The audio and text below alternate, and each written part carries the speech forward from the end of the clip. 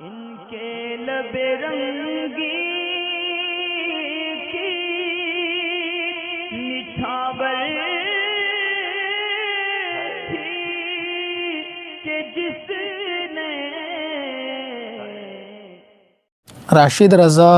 ہیں۔ سوال یہ ہے کہ اگر جماعت میں جو ہے قیام کے دوران یعنی قرات کرتے دوران کسی کو چکر آ جائے تو کیا کرنا چاہیے،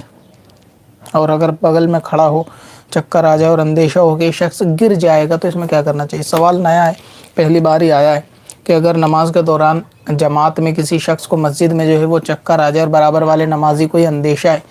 کہ یہ جو ہے نا چکر کھا کر بندہ گر جائے گا تو ایسی صورت میں کیا کرنا چاہیے؟ تو اگر دیکھیں کوئی ایسا شخص کھڑا ہے کہ جس کو نماز کے دوران چکر آ جائے تو بازو والے کو چاہیے کہ اس کو جو ہے وہ گرنے سے پکڑ سکتا ہے، یعنی اس کے نقصان پہنچنے سے اس کو جو ہے وہ بچا سکتا ہے، کیونکہ اگر کوئی شخص سے چکر آئے یا نماز میں بے ہوش ہو جائے اور بے ہوش ہونے کی صورت میں اگر بالفرض وہ گرے گا تو ظاہر ہے کہ منہ کے بل بھی گر سکتا ہے اور پیچھے سر وغیرہ پہ لگے گی تو گمان یہ ہے کہ نقصان جو ہے نا وہ زیادہ ہوگا۔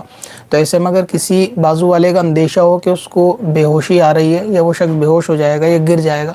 تو ایسے شخص میں فوراً جو اس کو پکڑنے میں قادر ہو دائیں بائیں والا اس کو نماز توڑ کے فوراً اس کو پکڑ لینا چاہیے، یعنی سنبھال لینا چاہیے، اور پھر صف سے آہستہ سے الگ نکال کے واپس اپنی نماز جو ہے وہ شروع کرے۔ اور اس کے اگر یہ کہ خود وہ بندہ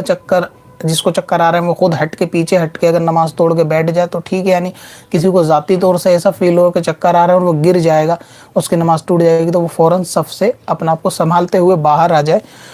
صف سے نکل جائے، یعنی گرنے کے اندیشے سے۔ اور بازو والے کو اندیشہ ہو کہ گر جائے گا تو نماز کو ایسی صورت میں توڑ کے اس کو بچایا جا سکتا ہے۔